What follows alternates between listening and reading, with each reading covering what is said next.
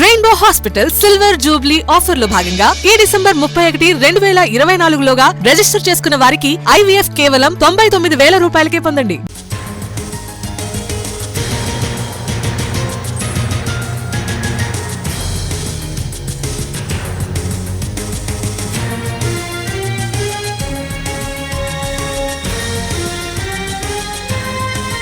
పటాన్చెరు పంచాయతీ గాంధీ భవన్ కు చేరింది. PCC chief Mahesh Goud deputy CM Bhatti విక్రమార్కను కలిశారు.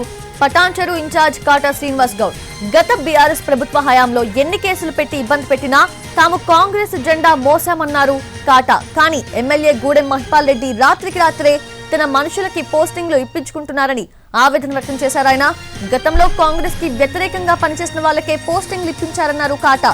గతంలో BRS హయాంలో కేసులు ఎదుర్కొన్నట్టు ఇప్పుడు కాంగ్రెస్ హయాంలోనూ కేసులను ఎదుర్కోవాలా అని ప్రశ్నించారు.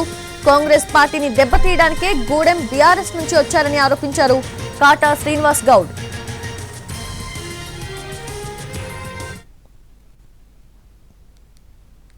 ఒకసారి కండవా వేసుకున్నా అని చెప్తాడు, ఒకసారి ఏమో దేవుని కండవా అని చెప్తాడు. మరి ఇలాంటి వ్యక్తి మరి ఈరోజు అక్కడ పార్టీని మొత్తం కూడా మేము ఈరోజు గాంధీ భవన్ వచ్చి అధిష్టానాన్ని చెప్పదలిసింది ఏంటంటే ఆడ పార్టీ మొత్తం కూడా కార్యకర్తలు మొత్తం కూడా అంచివేస్తూ ఉన్నాడు. ఈరోజు మొత్తం ఉన్నటువంటి యంత్రాంగాన్ని మొత్తం కూడా గతంలో TRS పార్టీ ఉన్నప్పుడు మరి ఆ అధికారులను పెట్టుకొని అక్కడ ఉన్నటువంటి కాంగ్రెస్ పార్టీ క్యాడర్ని మొత్తం కూడా కేసులు పెట్టి జైళ్ల పాలు చేసి వాళ్ళందరి మీద లాఠీచార్జీలు చేపించి వాళ్ళని బెదిరింపులు చేపించినటువంటి అధికారులని ఈరోజు మళ్ళీ ఈరోజు పోస్టింగ్ తెచ్చుకునే పరిస్థితి ఉంది. పోస్టింగ్లు వేసుకుంటా ఉన్నారు.